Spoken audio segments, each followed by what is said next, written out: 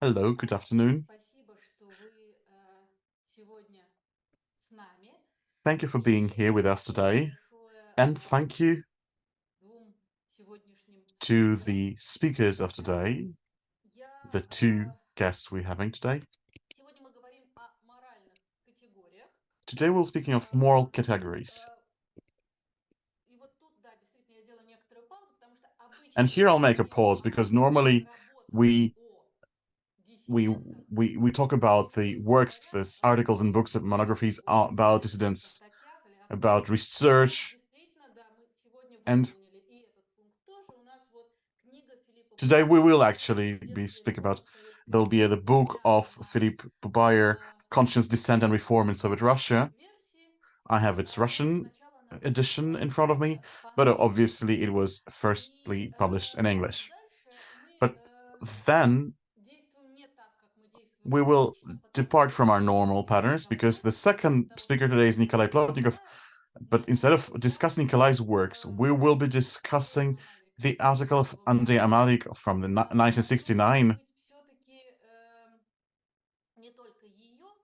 Maybe not just that article.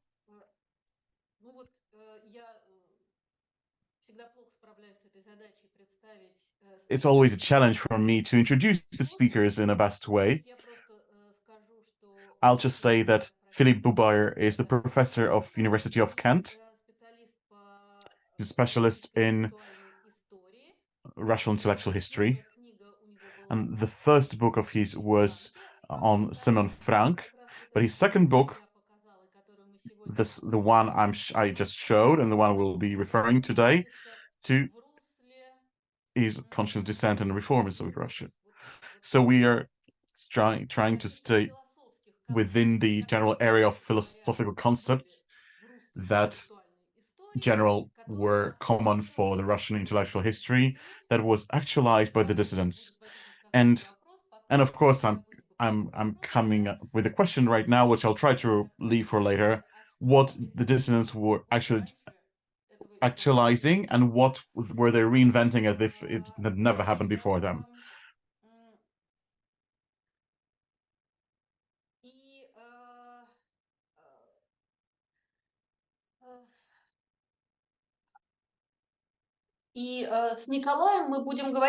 And with Nikolaj, we'll be talking. I mean, obviously, you can't talk to Nikolaj without referring to your works, but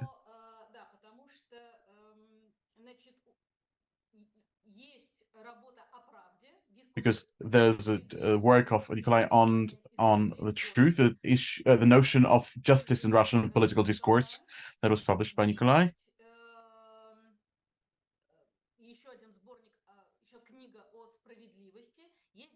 There's a book on justice, and there's also book on there's an anthology on the notion of freedom in Russian intellectual history. So basically, all the concepts that are crucial for our today's discussion were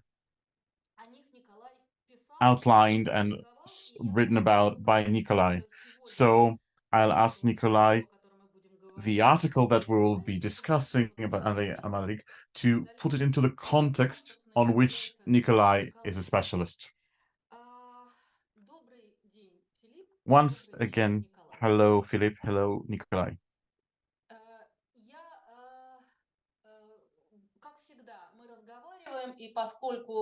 As usual, we are in a rather intimate setting. We're not so many, so feel free to join the conversation. You can disrupt the conversation by joining in with your questions. Normally, we structure the conversation as the kind of panel discussion, and then we open to the floor. But we probably can change that, and I hope we can preserve. We can keep an eye also on another source that is important for us. It's a court of a collection of interviews by Philip, of interviews of dissidents. That collection of interviews is published on the website of the University of Kent, and I think we will come back to that. So, Philip, welcome to start with your presentation and sharing a little bit more on your book. Thank you, Olga. And thank you for the invitation. I'm going to talk initially in Russian, but then for the question and answer, I will talk in English. Okay? Филипп, можно вас попросить чуть погромче? Погромче, да. Большое спасибо. And there was a request to speak a little bit louder. What is conscience? How does it grow in human life? And how it can be distorted or how it dies? And what is conscience of a nation and a country?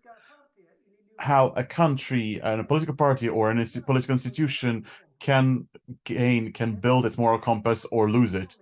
This question is very relevant for today's world. For Russia and Ukraine, of course, but not only there. In the whole world, in very different contexts, even in England, people are interested in these questions. And in a different era, half a century ago, Soviet dissidents were discussing these issues. And Russian thinkers have always written and conversed around those topics. My book, called Conscience, Dissent and Reform in Soviet Russia, was in fact a research of how the dissidents and intelligentsia members and the reformers from the party, what they thought on the nature of conscience and morality. That was an attempt to describe the national conversation and discourse around the moral responsibility that took place starting with the secret presentation of Khrushchev until the collapse of the Soviet Union. The dissidents played an important role in the development of that national discourse. Partially, they were interested in challenging the pressure of the Soviet regime, but on the personal level, they also wanted to see how a person can preserve their sensibility and their honesty and integrity and openness and conscience in a repressive context. That was a strong existential element of people were worried that they might lose their souls if they sell themselves to and they succumb to a wrong and ill compromise, or if they participate in injustice. What could people do? Solzhenitsyn proposed a negative program focusing on not living according to lies. Sakharov, followed Tolstoy, said, "I can't be silent." Sergei Kovalov and Tatyana Velikanova wanted to challenge the methods.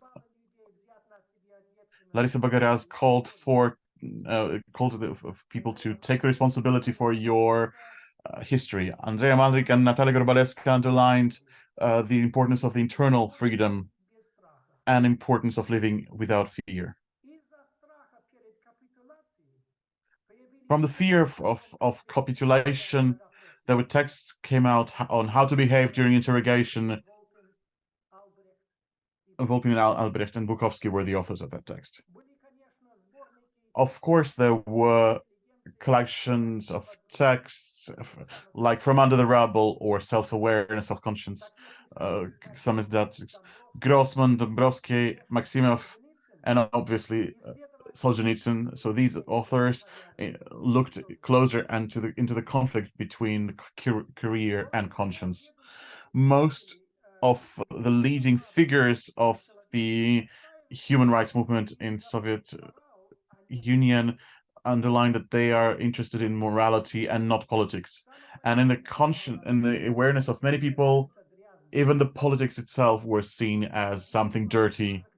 And that is true also for the dissidents who themselves were quite politicized in their agenda and in their aspirations, like Bukovsky or Kovalyov. So it is important to mention that ethical questions were of interest not just for the dissidents, but the whole Russian intelligentsia. My impression is that there was a deep and often hidden collective concern and worry over the darkest aspects of Soviet history. And in some way, that ethical conversation was not just Russian in terms of Russian as ethnic aspect that happened in many Soviet republics and in different historical and social contexts. That conversation continued also in Eastern Europe, especially in having an impact on such figures as Václav Havel, and having also an impact on the discussion of what Europe itself is. It also found its way into the narrative put forward by Pope John Paul II. The word conscience was used in a variety of ways. In general, it was used to signify some ideal of ethical purity. In other cases, it was used to refer to the essence of human existence. The only thing I got was conscience. That was something said by Svetlana Iluyeva.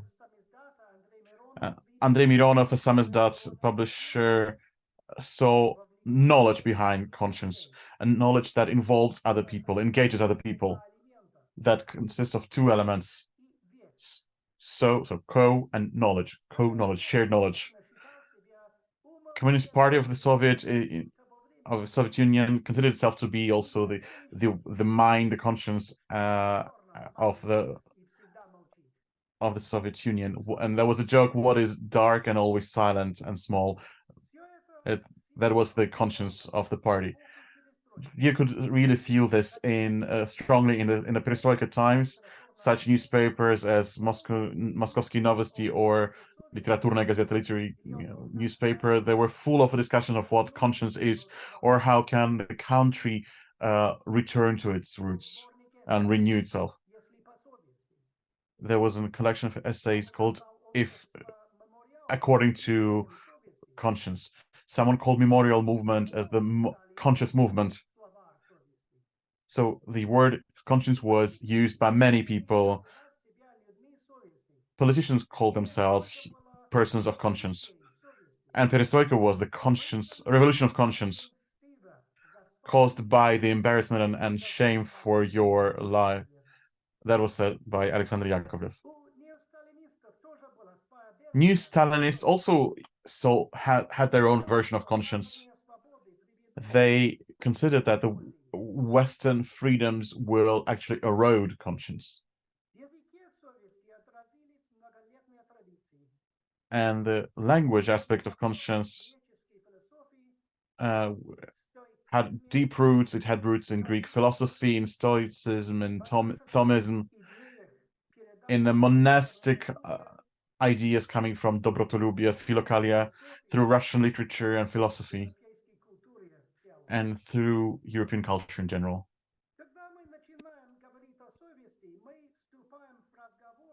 When we start talking about conscience, we are entering de facto a conversation that has been there for centuries, and we ourselves have the imperative to continue that conversation and to develop this conversation in our times. The Russian language itself is a library of moral resources that were alien to the communist mindset. Conscience, mercy, grace, love, even the truth, however strange that may seem. In one of his essays, Brodsky said that when the civilizations start crumbling, they're not upheld by legions, but by languages. Bolsheviks were caught in a trap. The trap that they actually set themselves. They wanted to reverse the traditional morality, but they realized that they can have no other choice rather than to appeal towards that traditional morality if they want to build something stable. So if we look at them all together, the dissident thought on morality and conscience formed an ethical ecosystem, which was a sort of foundation for them, for the people to cope with the challenges that they were facing. You can see this as a similar system of spiritual guidance that had both secular and spiritual elements inside it. Bukovsky's memoirs, And the Wind Comes Back, it's translated into English as To Build a Castle. Bukovsky aimed was trying to set up moral, ethical framework to be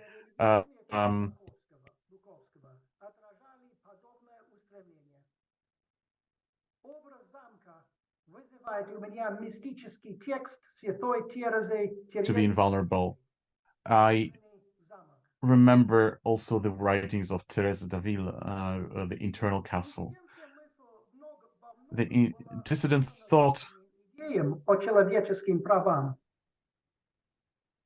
Но она также многое заимствовала из мира веры, иногда из самой церкви, а также из русской религиозной философии и художественной литературы. I apologize. The internet connection was off for a moment. It is possible that for the Orthodox tradition, the word heart is more central than the word conscience. I would love to read a book as how the notion of heart was interpreted under in the communist times. My interest in conscience was caused by the reading the literature I read, but it also happened through the encounters with the dissidents and intelligentsia, people who were concerned with those issues because of the decisions they had made earlier that they regretted later on. For my book, I conducted a series of interviews with people, asking them two key questions. First was how your moral mindset was formed, and here I meant the impact of family literature, Komsomol, the education, personal encounters. And secondly, the question of how people coped with the difficulties they faced, where it was hard to keep their integrity and to be honest when they were indecisive, when they were afraid, when they had internal conflicts. And that brought me to encounter the landscape, the internal landscape of that period. At the end of that period, apologies. I will play two audio clips from those interviews. And please speak louder. The first clip is Leonid Plyush, Ukrainian dissident.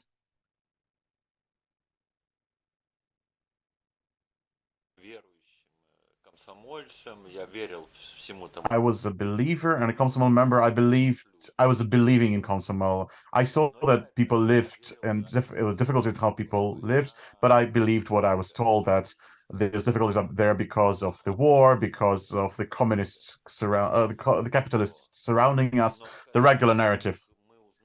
But then when we suddenly heard that Stalin was a criminal, we first heard the rumors, and then it was said openly. Suddenly, my faith collapsed, faith in the party.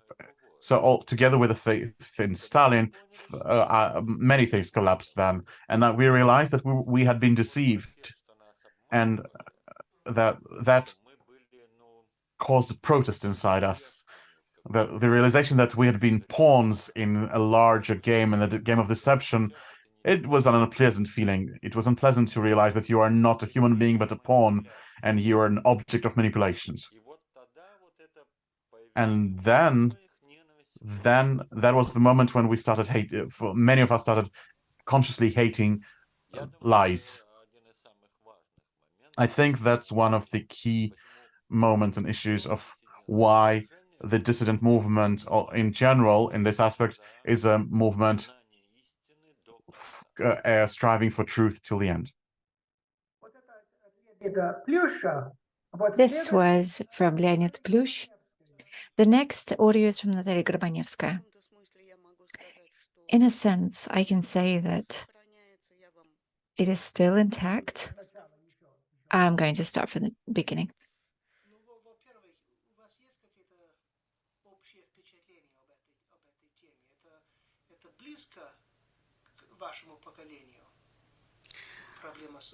You have any thoughts on this situation? Is it close to your generation? Yes, of course. It is very close.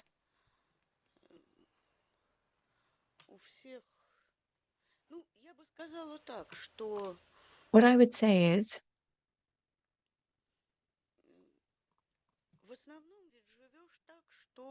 mostly you live in a way that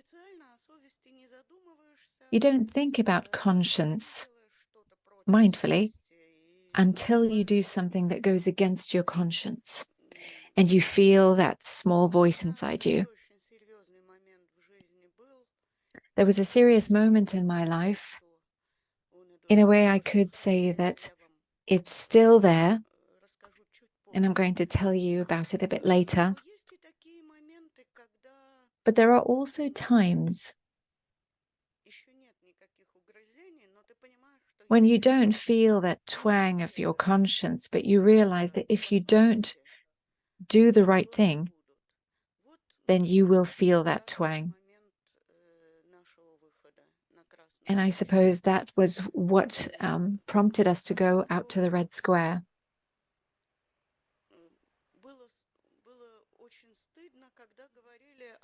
Because we were ashamed when we heard about the universal approval, because the word universal, and when they talked about all the people, seemed to include me as well. And in order not to be included, in order to have a clear conscience, if you like, we took part in that demo.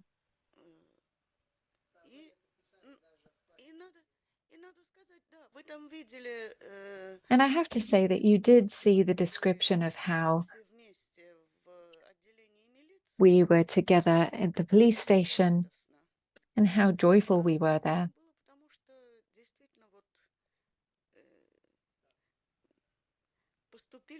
It felt joyful because we did what we thought was right, and we did it in a difficult moment when it was not easy to make that choice.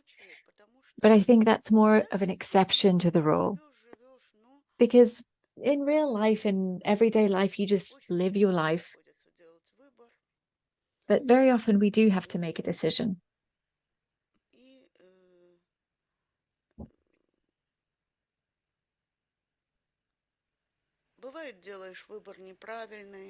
Sometimes you make the wrong choice. You lie to yourself. You try to calm your conscience. It can be something small or big, and I think it happens to every one of us.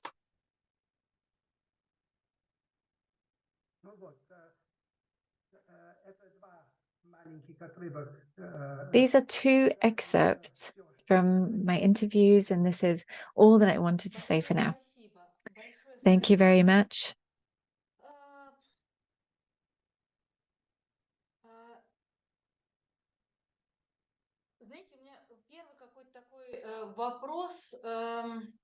My first question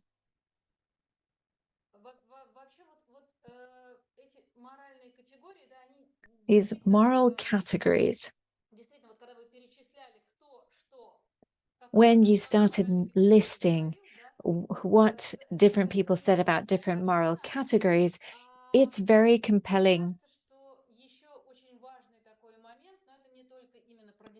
Another important thing I find that's not only about dissidents, but about the writers of that generation is the topic of what Leonid Plyush was talking about. It's finally seeing the truth getting rid of your illusions, overcoming a certain blindness.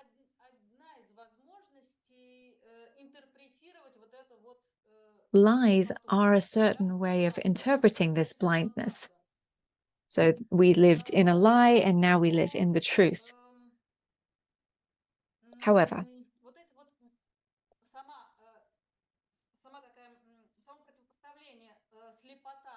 the very dichotomy of blindness and seeing indicates a certain polarity. There are two poles, such as similarly lies and truth. How do you feel? Was this polarity important in the choice of those moral categories, if we speak of those dissidents? What did they choose? Okay, so I'm going to talk now in English to answer your. Пожалуйста, чуть громче. I'm sorry, it's not so loud. Is that? I'll try and talk louder anyway. Yeah, I mean each person, each dissident is different, and each person has their own journey of their own ethical and spiritual journey. So when you do interviews, you learn that, and you learn that everybody is slightly, different. The point about, so this point about disillusionment, followed by suddenly seeing stuff, that's very, very crucial in Bukovsky's memoirs. In fact, it's sort of arguably the central thing in Bukovsky's life. He'd grown up with belief in Stalin as a protector. But so one thing which was interesting to me was to explore turning points, поворотные моменты in the life of people. I didn't really explore it, but in the American philosopher William James, he has the idea of people have other people either one birth or two birth people. So some people, before a particular moment they're one thing, and then after that moment they're another. So I think in some people, some of the dissidents, it's like that. There's a before and there's an after. Maybe the transitional moment is not just one moment, but it's a series of moments. But if you listen to my interview with Alexander Ginzburg, he argues that in fact many dissidents didn't fit that framework. They were not so much people of two people, but one. So he argues that Sakharov was like that. Sakharov was sort of, there's one long line of thought, but there's not one massive turning point. So that's just an interesting sort of spiritual ethical question.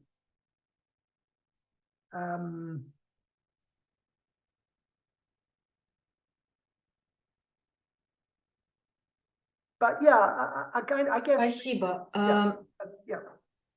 Thank you. Тогда у меня еще один вопрос, и я просто I приглашаю. have another question then, and I invite the audience to join in and ask their questions. You can either unmute yourself or you can click on the reaction and then raise hand button. And that's an indicator that you want to say something or ask something.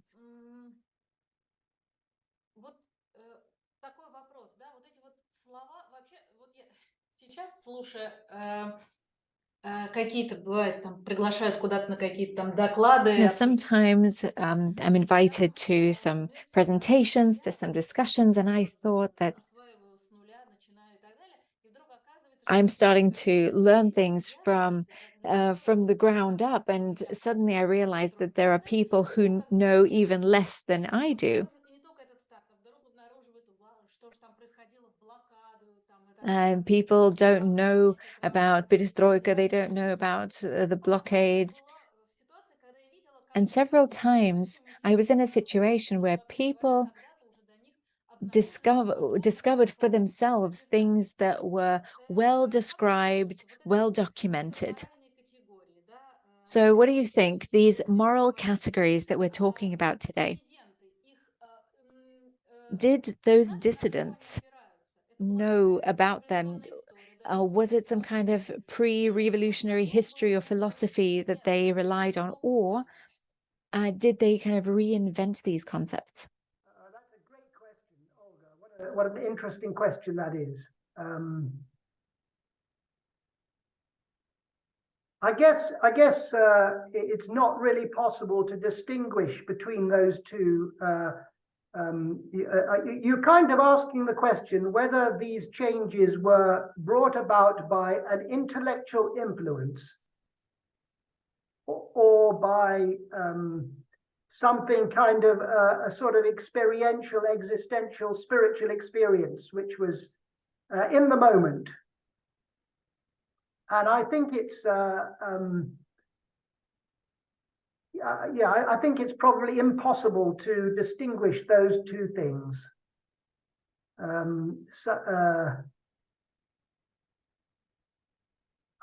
think that my experience from my interviews is that these two elements, the reading, but whether it was pre-revolutionary Russia, I don't know how much people were. Well, yes, no, Tolstoy, Dostoevsky, people were reading that. One of my interviews, there's a charming story from a lady who says, I was wondering what moral choice to take, and I saw Chekhov's face looking over my shoulder, and I thought, I need to be honest and truthful. So Chekhov was the sort of guiding role model. So Russian literature, I think, was very important. And sometimes Russian philosophy when people could get access to it.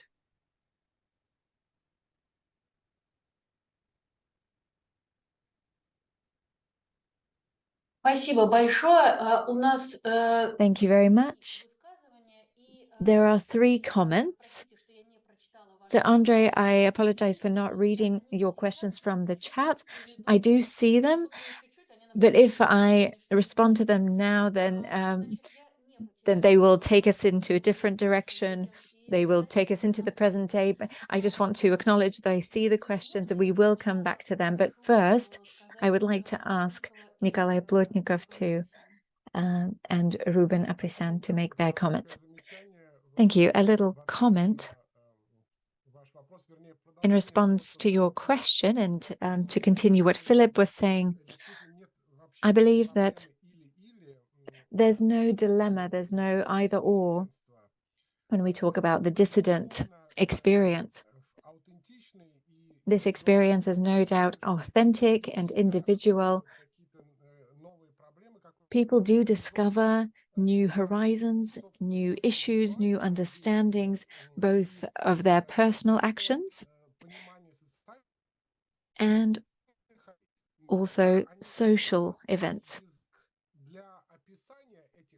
And when they start looking for a language to describe that experience, including the language of categories, the concepts that they could use in order to express these issues that they are faced with,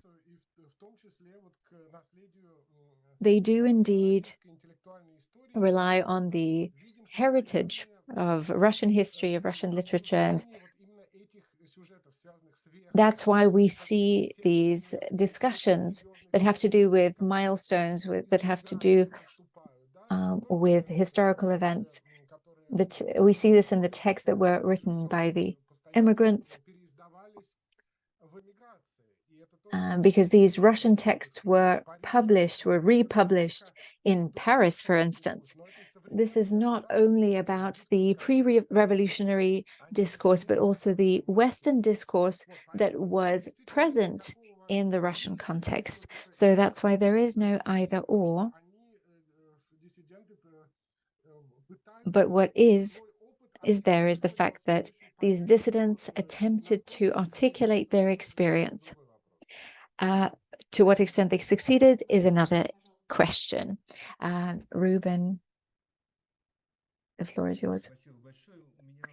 Thank you very much. I have more of a question than a comment.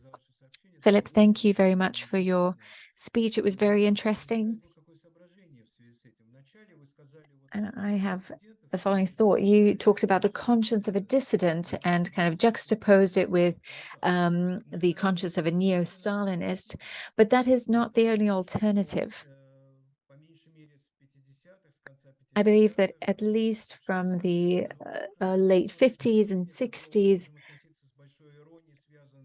there was this movement that we can treat with a bit of irony.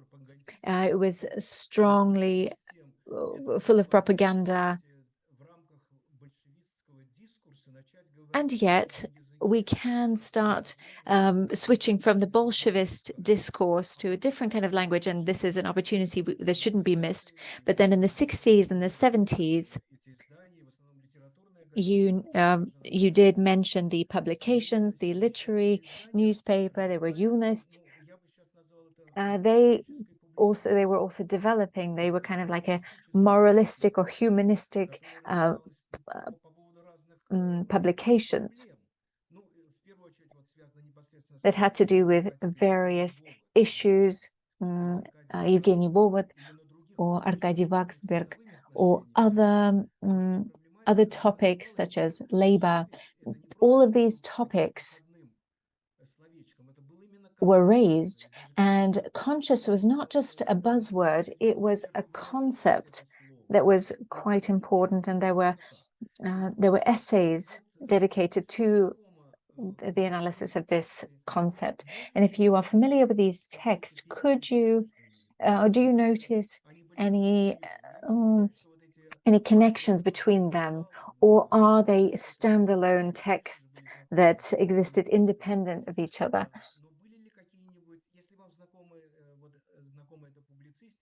If you're familiar with those publications, mostly I'm talking about the literary newspaper, Komsomolskaya Pravda,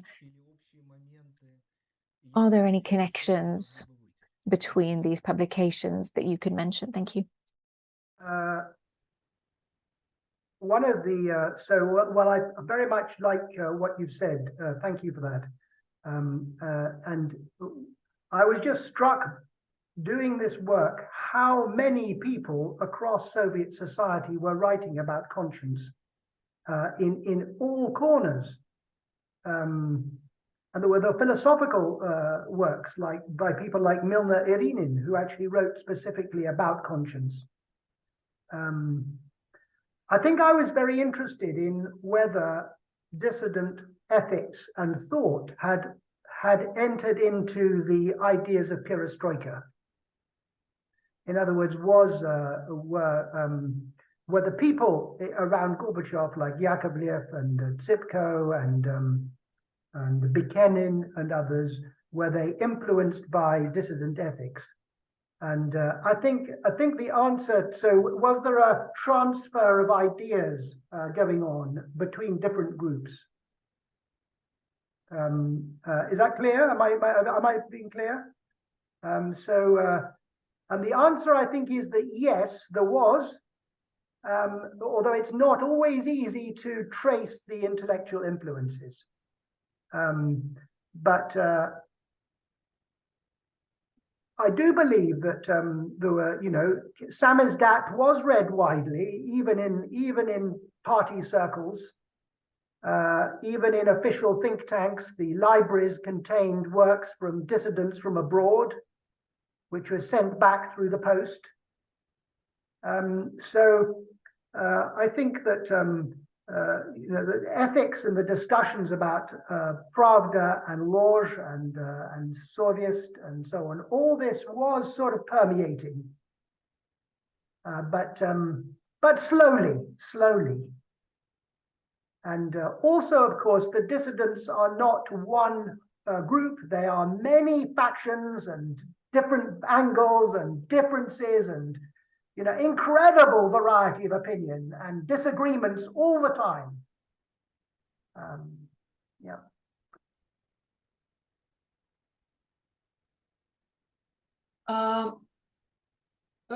Рубен Градович, вы поднимали руку. Вы хотите что-то ответить? Нет, я Mr. Prisyan, you raised your hand. You want to say something? No. I put it down.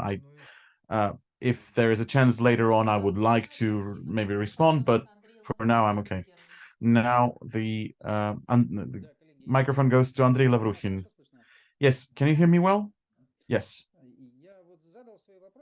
I put my questions in the chat, but let me explain them. My questions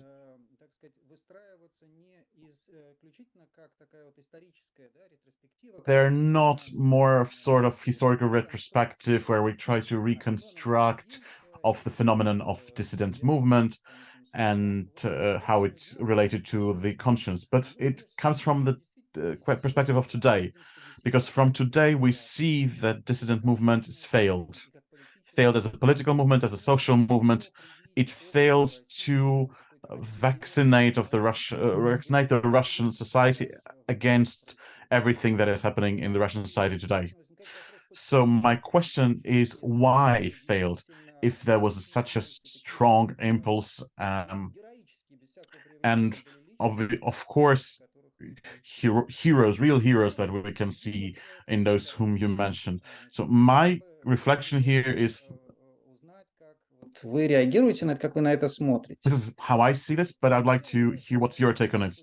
So my point is that the dissident movement grew out from the 60s and was closely connected to the movement of the Шестидесятники, who defined themselves as a return to the correct and proper communism and Leninism, which is on higher grounds, morally pure. So in a way, the dissident movement remained within that frame and romanticized this. So, and maybe this is one of the roots, and that's my question, why, when the Soviet Union collapsed, the dissident movement was helpless and left the stage.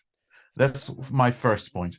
Second point is that the dissident movement, if we're looking at the social background of those people, that's mostly a Moscow phenomenon.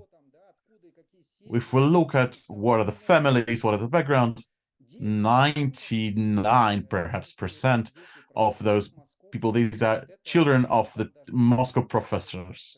There was even a survey, there was a research made that the overwhelming majority of them, there were children of scientific academic workers, Academy of Science, and other scientific institutions. And again, so when the Soviet Union collapsed and the public stage became open, diverse, and there was no more communication based on the models of the Soviet Union, where we used to have the status of intellectuals, intelligentsia. It was quite defined, and it was very personal communication with Sakharov, with Solzhenitsyn. The Central Committee kind of was engaged in the dialogue with those persons. And now, after the collapse of the Soviet Union, this communication system also was in ruins, and the voice of those individuals, the Muscovites, the professors, the children, became too quiet. So then the question of conscience comes up. So conscience works on individual basis or narrow group basis, so it doesn't become loud in societies. It rescues, saves individuals. I looked up a quote. Sorry, Andrei. So our format is slightly different, so could you come to formulating a question that our speakers can respond to? So normally we speak not on phenomena, but books and approaches, so if you can come with question. So this is my question. How do you see such interpretation that that the conscience was very individualistic or narrow for narrow groups in the social aspect, and that's why it failed it failed crash test of the modernity. It's a very good question, Andrei. Thank you very much for that. When I teach this subject, we always compare the Soviet dissident movement with the events in the Czechoslovakia and in Poland, and it does seem to be a more narrow, socially speaking, much narrower movement. So your analysis, it seems to me, is partly right. I also wanted to make that point that that politics itself had come to be regarded as somehow a dirty profession. So maybe there's a suspicion of politics in some elements in the Russian dissident culture. But conversely, I still think that there is an amazing vitality about Russian literature, the Russian dissident, the Soviet dissident literature, the intellectually vital and powerful, and we should not forget that, because it was very influential around the world, and is still influential. There was a sort of something, very vivid about these writers. So not to underestimate them, but yes, to see also their limitations, as you've described.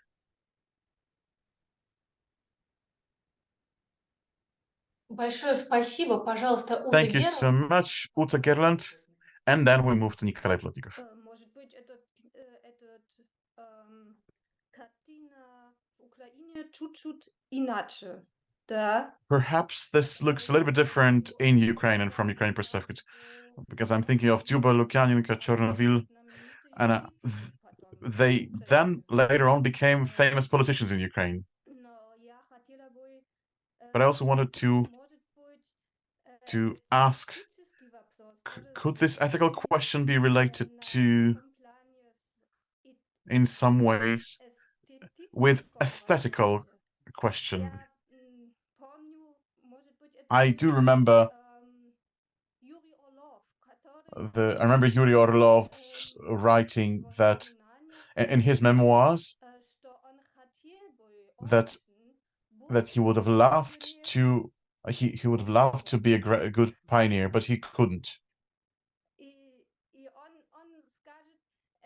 And then he says that was not a moral or ethical question for him at that age, that his difference with them, his dispute and disagreement with them is of aesthetical nature. It was dirty or unpleasant for him and unacceptable. Thank you. Yes, I think that I myself am not intellectually equipped to write a really good study of the Ukrainian dissident movement or the Baltic republics or whatever. But I think that this is an important, very important, and I did allude to it, the historically different contexts in which, of course, some of the people I interviewed, quite a few people I interviewed were from Ukraine or born in Ukraine, what is now Ukraine, people like Larisa Bagaras, or I think Yuli Schreider. Anyway, there's a great influence of cities like Odessa in sort of fermenting Soviet dissident thought.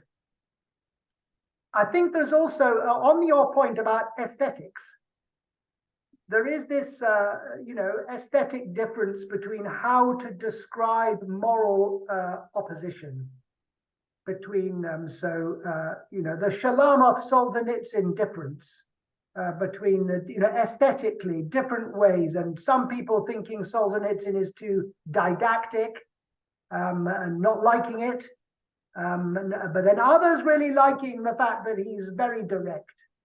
So you do get these quite big aesthetic differences in terms of about these questions.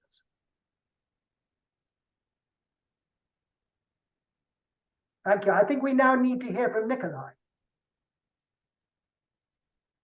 Да, и, собственно говоря, попросить Николая представить позицию одного из Yes, and to introduce actually the position of one of the dissidents with his analysis of one of the crucial texts of that period. Yes, thank you. And I think it's very it's a good concept that we can now continue what Philip has just been discussing. We can look at this political and philosophical question from a different perspective, and that perspective will be set by the notion of justice that I would like to focus today on, based on the example of the text, on even not the text, but one quotation, which I will show later on the screen, from the text of Andrey Amalrik. But before I move to the text, I would like to set the stage and present this issue of correlation and even contradiction between the legal perspective and human rights perspective on the one hand, and on the other hand, the perspective of justice. I can illustrate this using the example of well-known Eastern German human rights defender Bernard Bolle, whom we know very well by her phrase after the unification of Germany and collapse of the Soviet Union, when she said, "We waited for justice and we got the legal state." В этой фразе проявилось действительно ее разочарование по поводу and that's her phrase about the процессы над state with the rule of law showed пограничниками, которые стреляли. Her disappointment in the developments and the processes, for example, processes of the soldiers who shot the people trying to flee from Eastern Germany to Western Germany, that the soldiers were not condemned, and that were based on issue of justice, and so the justice was not served. So in that situation, it's interesting that the Soviet dissidents were actually more believers of the rule of law, but they did not trust the justice. And I think this is an interesting problem that I'd like to touch upon because of the text of Amalrik.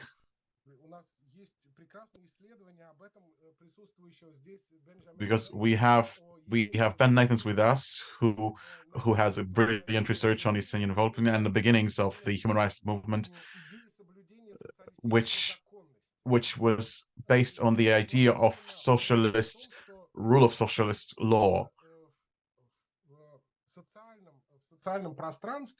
So in that social space, there has to be the rule of formal law. And so the human rights defense was the concept of Esenin-Vol'pin, who that was related to the preservation and fulfillment of Soviet laws. And that was not based on the justice in a high moral sense of the word, but justice as preserving and observing the norms of law. And that correlated with what Khrushchev actually announced at the 12th Congress of the party, is reinstallment of the norm of socialist law.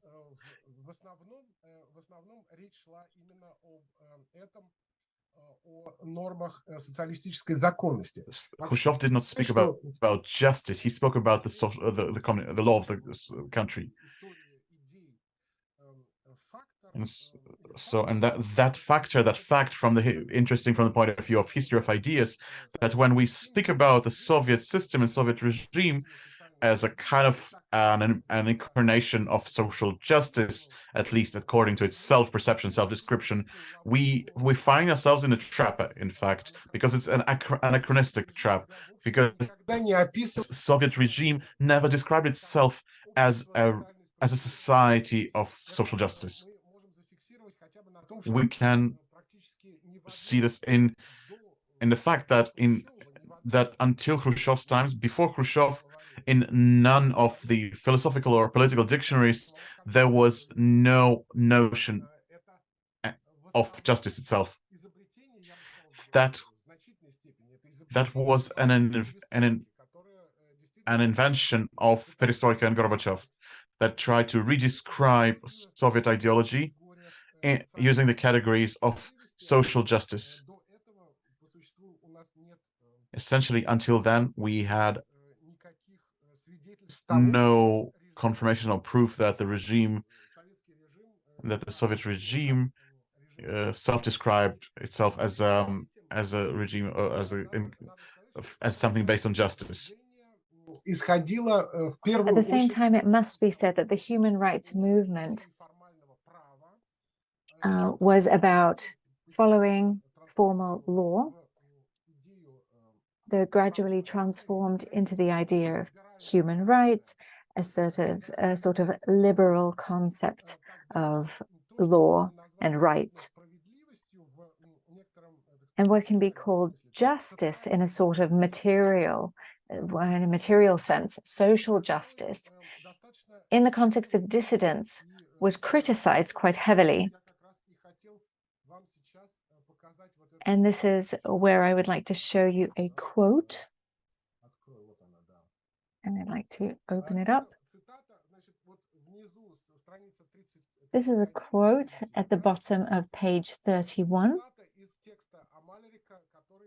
It's a quote from the text of Amalrik, who writes about how in Russian culture and in the history of Russia, the idea of freedom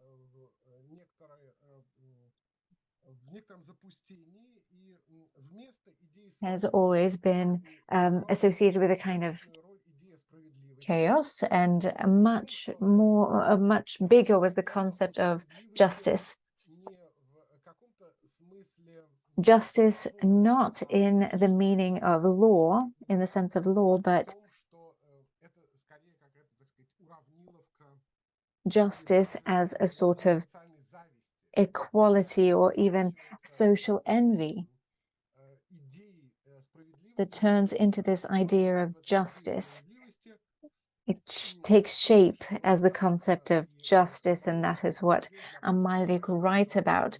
So in reality, the concept of justice turns into the idea of, I hope nobody has it better than I do. Amalrik's concept is one of the more prominent stances of the dissidents.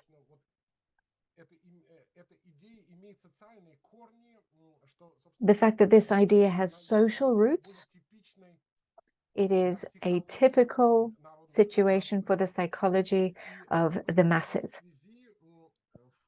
In this regard, Amalrik draws this conclusion that the people do not value the idea of justice and its lawful implications, and rather take this concept as a way of making everyone even. And that becomes the foundation of socialism and the Soviet system. In that way, Amalrik believes that the problem of the dissident movement is that for the dissidents, these central ideas such as freedom and the law, the guarantees of the rights that are provided by law, do not find any support with the masses, with the people. And with regard to this thought, there is a whole discussion in the dissident, among dissidents. And I would like to mention two texts from this discussion, something that Ole has already asked about. This is the From Under the Rubble collection of articles, where there are several texts, including a text by Solzhenitsyn. It is a rather conservative and national collection of writings, with texts by Shafarevich, Solzhenitsyn. Shafarevich writes about socialism. Solzhenitsyn writes about moral categories of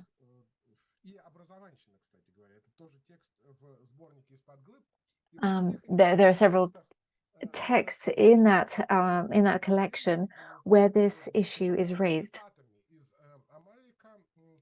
They do quote Amalrik. They explore whether there is really that juxtaposition of freedom and justice, and how defining this is for Russian history. Shafarevich writes about this critically, disagrees with Amalrik, and believes that Amalrik makes the mistake of saying that socialism equals social justice. Shafarevich's well-known study of socialism, in there he says that socialism has nothing to do with social justice. And in that same vein, Solzhenitsyn attempts to look at the concept of justice as a moral category. He writes about how important it is in Russia, how much there is a need for a moral revolution that would help justice take root. But here we talk about justice not as not in terms of law or politics, but as a moral category.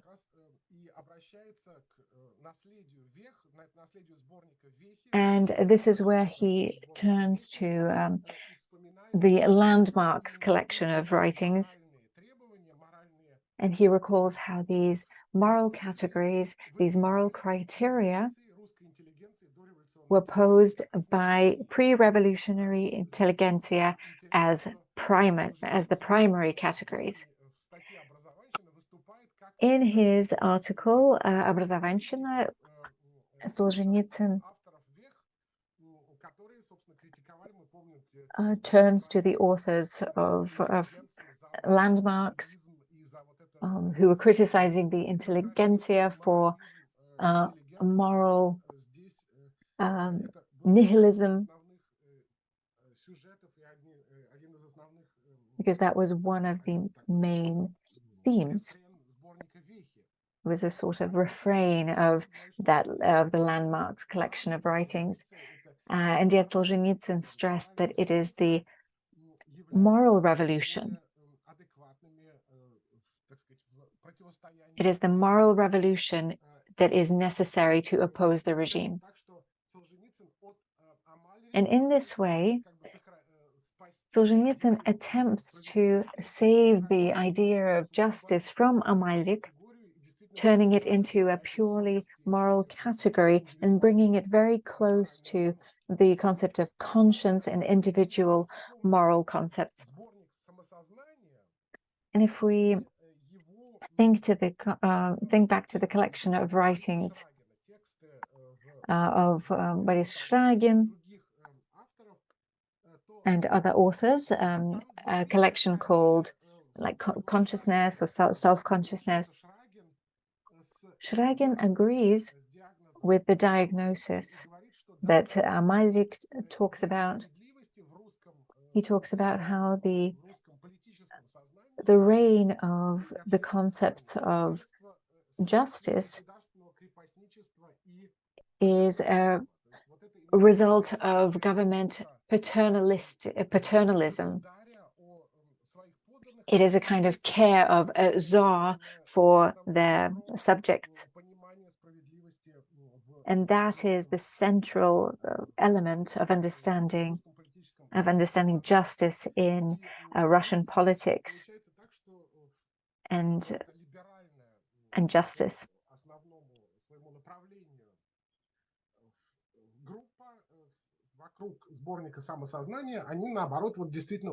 So that self-consciousness, the group of authors who made that collection of articles,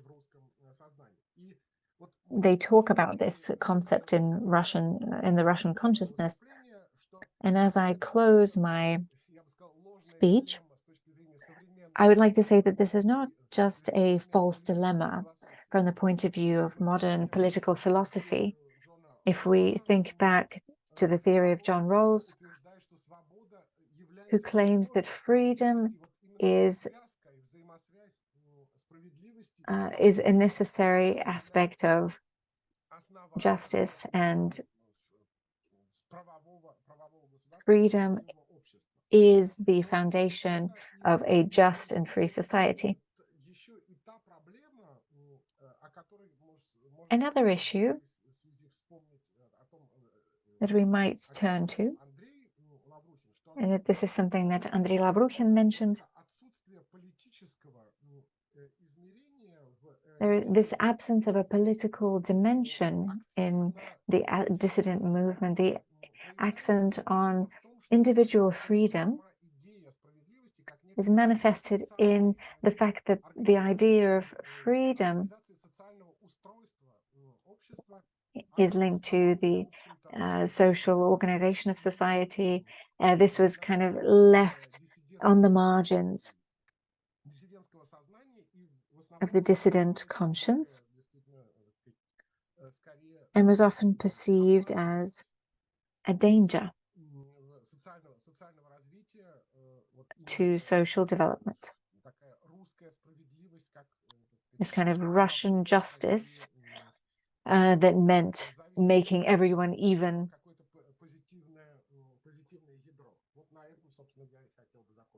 I believe that is what I wanted to end with. Thank you very much.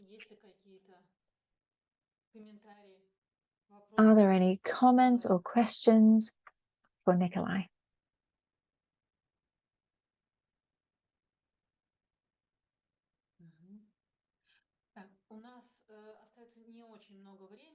We don't have a lot of time, so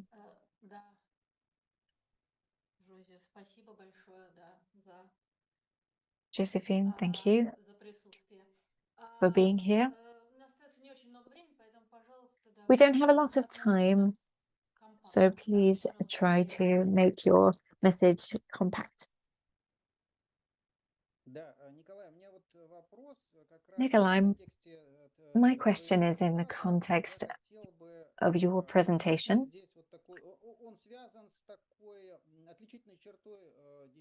It's connected to a trait of the dissident movement that has to do with following laws and being law-abiding citizens. This is something that was rational, active, and quite effective. So in their self-identification, Chernovsky, a human rights activist and doctor, he defines a dissident as a person who follows the laws written by the country in which they live, and not something that is born spontaneously. Can we understand this in the context of your speech as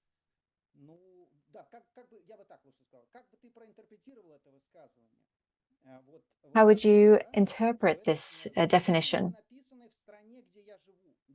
So the laws of the country in which I live,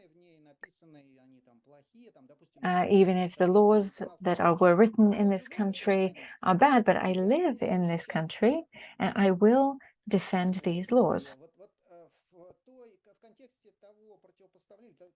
In the context of that juxtaposition, that pair of concepts, how would you comment this definition?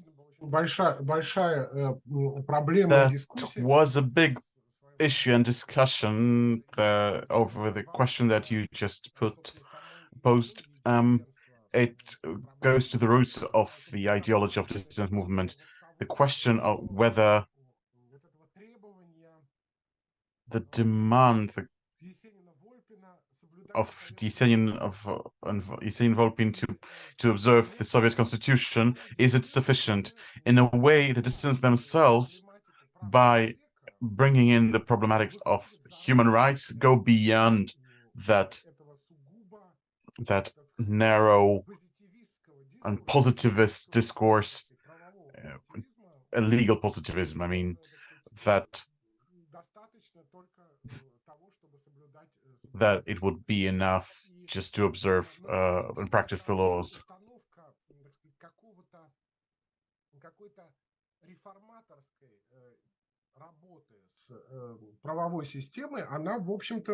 And this perspective of reforming the legal system was a defining factor for the dissidents. They never looked forward towards a revolution, except for the moral revolution, which Solzhenitsyn wrote about. But interestingly, he opposes that revolution to material revolution, that October Revolution, so usurpation of power, that, according to Solzhenitsyn, had to be excluded. So the whole modus operandi of the dissident movement, it's a model of reforms, and it remained within the framework of legal system that was focused on the existing, on reforming the existing legal system, and not on replacing it with some revolutionary law or something of that kind. So in that way, with that liberal reformative approach, that is the link towards this suspicion towards justice, that because justice has this power, this explosive power. Thank you so much, Mr. Apresian. Yes, thank you. I have a very concrete question, but I'll move to it a bit later. First, I'd like to make a general comment that it's very characteristic of that today we are discussing conscience and justice. I think that's both are very specific ethical concepts that theoretically have specific content and meaning that would allow us to consider them among other concepts, but at the same time they are both are concepts of very general nature. When we talk about conscience, then we are probably don't have to speak about the moral consciousness, because it's crystallized in the conscience. When we talk about justice, we have to talk about social morality, because justice is the foundational concept there. So from that perspective, probably it would be interesting to revise those discourses of conscience and justice and checking how much they represent the general meaning and specific meaning, because in both of the presentations today I heard both the general meaning and narrow meaning. It's a separate issue, separate area of research. But Nikolaj, in one of your latest comments, you said that dissidents are refraining from putting forward ethical agenda or program. I'm not sure, because there was something you mentioned in the one paragraph before the last.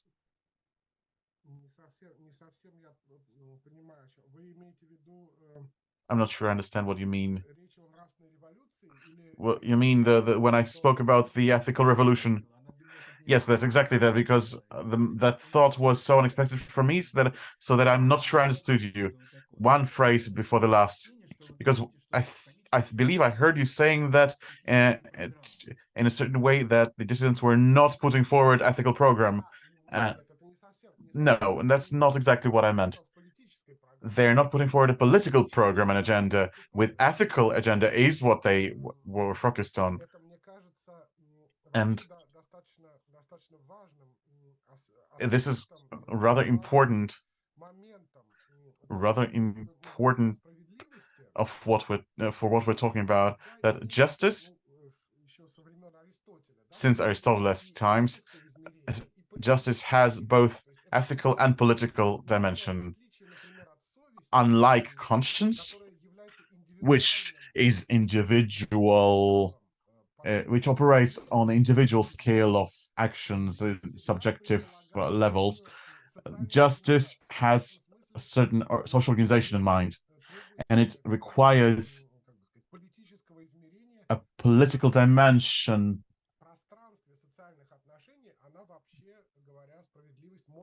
Because what is the kind of space for justice to be practiced, right? What is the framework? So besides the question, what is just and fair, which is, again, an ethical discussion, I think we need a political component here for discussing what justice is. And Rawls, whom I mentioned earlier, he considered this notion and concept as a both moral and political concept at the same time. So a virtue, there's virtuous, just institutions, that's the foundation for justice. So in this way, with the exception of very limited examples of, for example, the draft of a constitution made by Sakharov, I think that was the attempt to project, to design new political institutions that would be the incarnation and implementation of the notion of justice. Everything else is mostly of trying to regulate the behavior of individual conscience. And that's why I would say that the dissidents had a strong and developed developed ethical program, but not a political one. That's what I would argue. Yes, Ms. Schwartz, please. Yes, hello, everyone. Thank you very much for your presentations. Can I respond shortly to what has been said just now, and then put forward my question? Yeah, thank you. So what I heard is that the human rights defense by Soviet dissidents was a way to defend and observe the laws of your land, whether they were good or not. I heard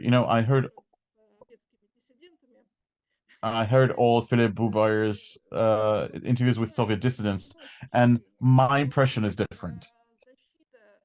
That defending the laws by Esenin-Vol'pin was a form of protecting the individual freedoms and liberties from the Soviet totalitarian regimes of the tyranny and arbitrary laws, because any law is better than no law. So and that was a way to protect the freedom of conscience and choice, and that was part of Charter of Freedoms and anti-utopian of Golding's the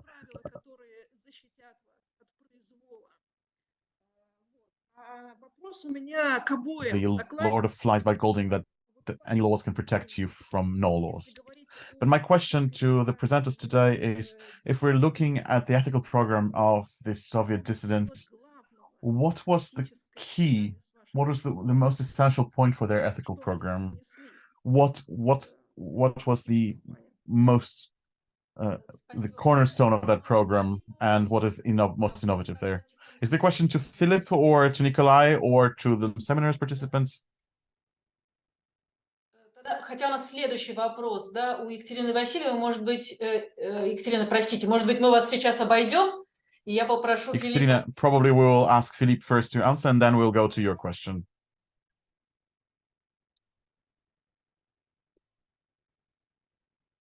Филипп, включите, пожалуйста, да, спасибо. I do agree with Elena that the defense of the individual was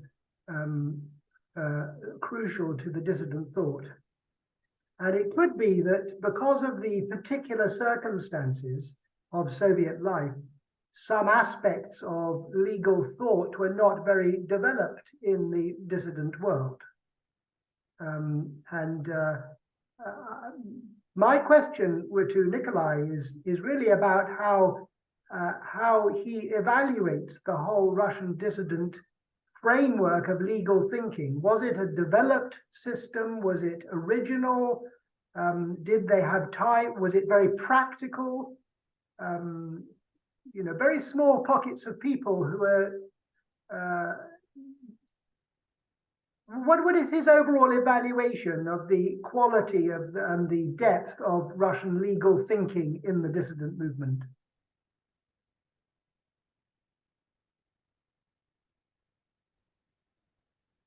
Спасибо, Филипп. Я тогда попробую даже... Thank you, Philip. I'll try to respond to your question and to the question of Elena together. So Elena's question was, I think it's important to mention one more concept, one category, that along with the notions of conscience and justice, there's a notion of dignity. And for the dissident thinking, dissident thought, this notion is one of the most crucial, one of the key ones in terms of individual behavior, individual choices, and choices between some alternatives. So keeping your dignity, preserving your dignity. And I think in general, this is a big question, big issue, individual dignity in totalitarian systems. And I believe this is one of the most essential contribution of the Soviet dissident movement, Eastern European dissident movement, into this conversation. Even though this was different from Poland or Czechoslovakia, and formulated differently than how it was formulated in the Soviet Union. But nevertheless, I believe that this question, this topic, was very important if we're talking about the ethical dimension of and the contribution towards the development of ethical program, even though it was not a special philosophical work, concrete moral philosophical work. Unlike Poland or Czechoslovakia, there was no treatises or like special works or articles, maybe except for Esenin-Vol'pin in his free philosophical treaty. There were maybe some articles, some incidental ones. As for the legal thought and legal consciousness of the dissident movement,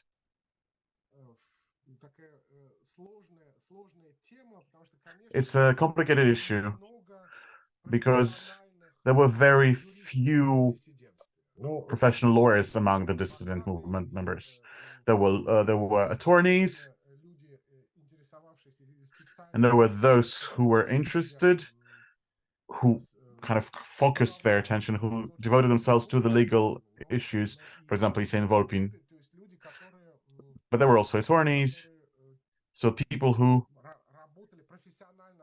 professionally worked with the legal issue. However, I believe that this boost that was made in the direction of the idea of human rights and the move of the human rights movement towards the legal realm, the Universal Declaration of Human Rights, and transferring this whole discussion into a communication with the government, into the human rights dimension. I believe this is one of the most important contributions of Soviet dissidents into the legal realm.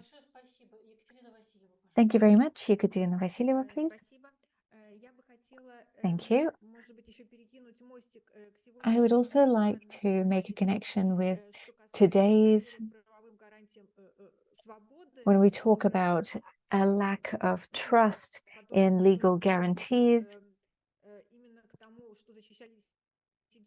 This was something that the dissidents, the issue that the dissidents raised. This lack of trust is something that we observe today. And when we talk about human rights, they are declared Western values that were brought into Russian reality from outside and that don't sit well in Russia. And there's this kind of intuitive feeling of justice or truth that the inner people hold, and that the representatives of the government and of power hold. And perhaps this is one of the reasons that dissidents were not able to adapt in post-perestroika Russia. And with few exceptions, such as Solzhenitsyn, in the last few years of his life,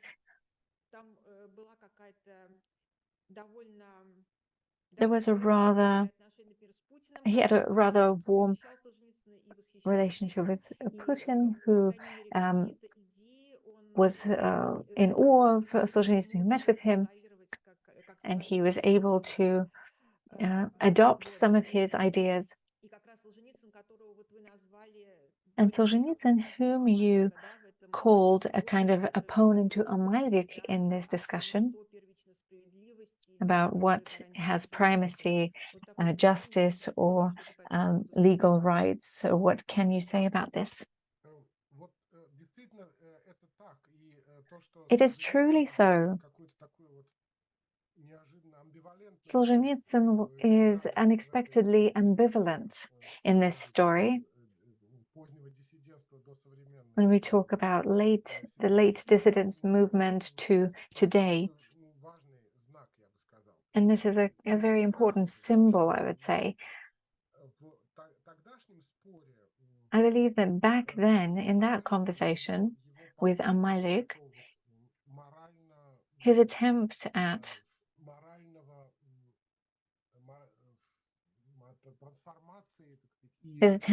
ethical and moral transformation and a kind of call to action towards the people,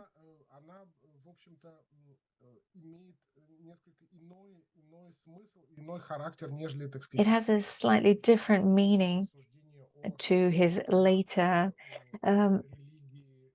reflections on the Russian nation, on religion, and so on, that were indeed kind of adopted by the Putin regime as an idea of a kind of idea of the homogenization of Russian society and turning it into a unified sort of mass, as opposed to what Philip said wonderfully, the idea of liberal dissidence about how every individual is different. That is a wonderful formula. And I believe that it shows the essence of this opposition. We can talk about individual freedoms and guarantees, as well as a social unity,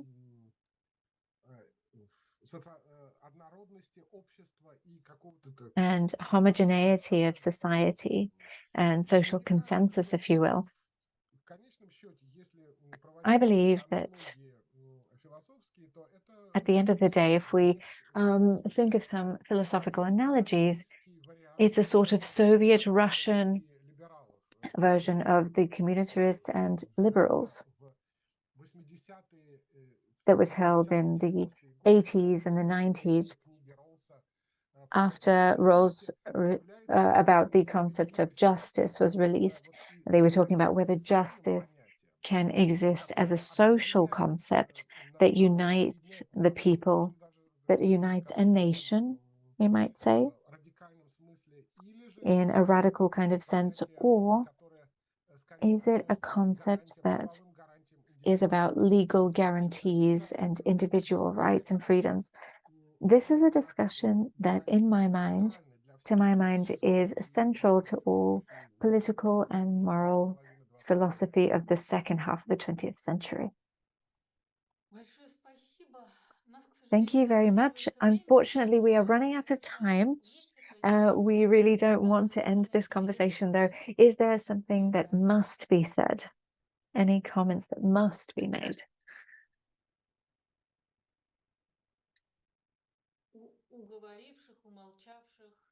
Both those who have spoken and those who have kept silent.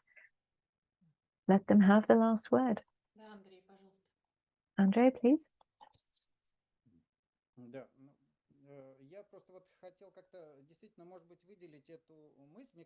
I would like to highlight this thought.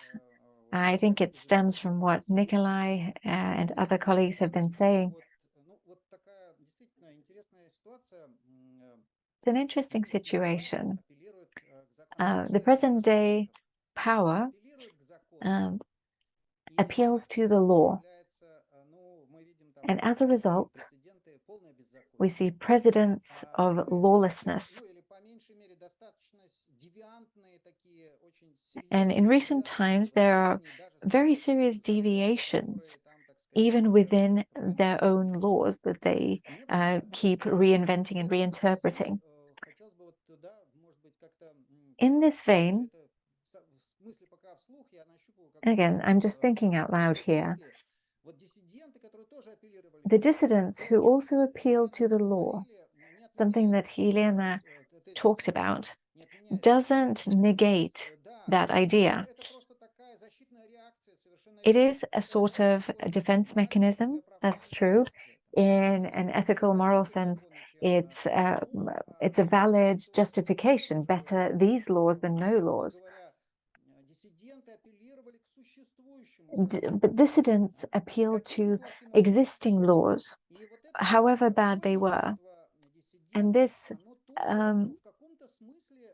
appeal to these laws of these dissidents may be based on, and maybe a factor to, the current social and political conscience of Russian society and the political sphere that existed in the 90s, in the very least, the beginning of the noughties,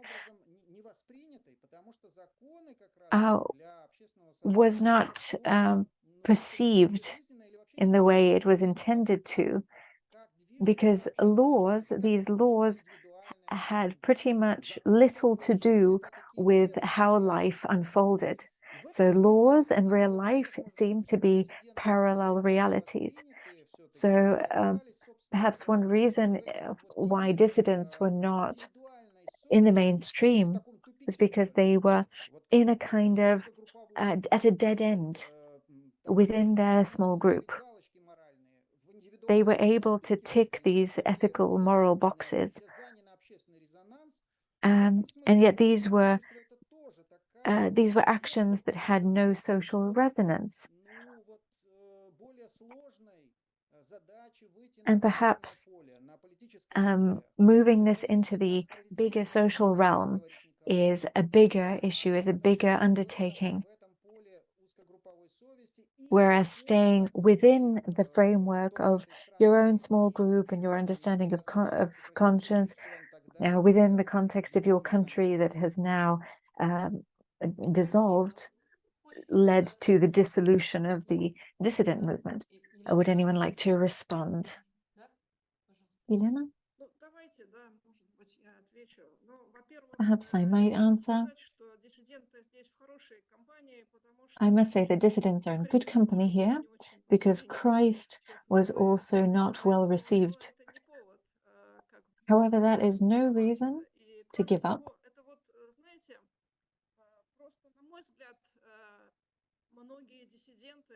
I believe that many dissidents appealed to rather deep concepts of ethics.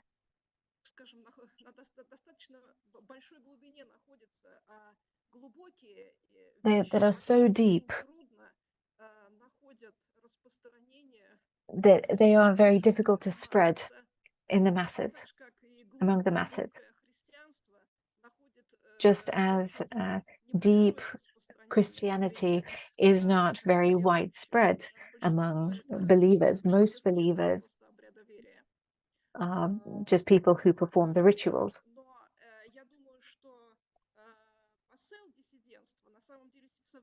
But I believe that the message of the dissident movement is very much wanted in Russia, and the light that they caused to shine is still going on.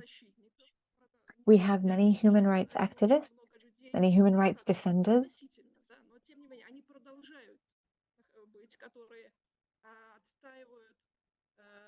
They may be relatively few, but there still are people who deal with issues of dignity, and this is a light that keeps on shining. So there is this hope that the light will keep going on and keep existing and keep shining. Thank you very much. There was one raised hand that was then put down. If you wanted to say something, please do. And if that was done by accident, I will probably ask today's speakers to maybe draw a line under today's discussion so that we can close this conversation for today.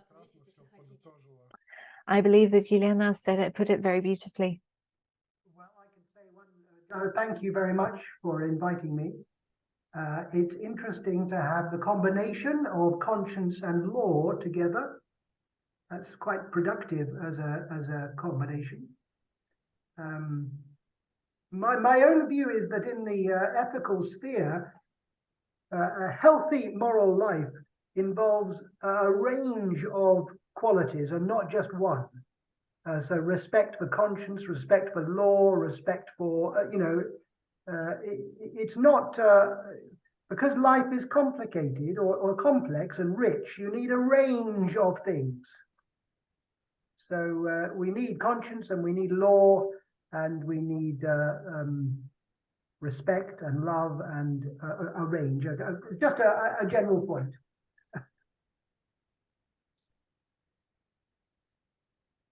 Thank you very much. Thank you, Philip. Thank you, Nikolaj. And to all of you who came today, even though this is the middle of summer, I believe it worked out very well. Thank you, Olga, for organizing this, for inviting us. Thank you very much. We will definitely be back, but this is going to be at the beginning of the academic year in Germany.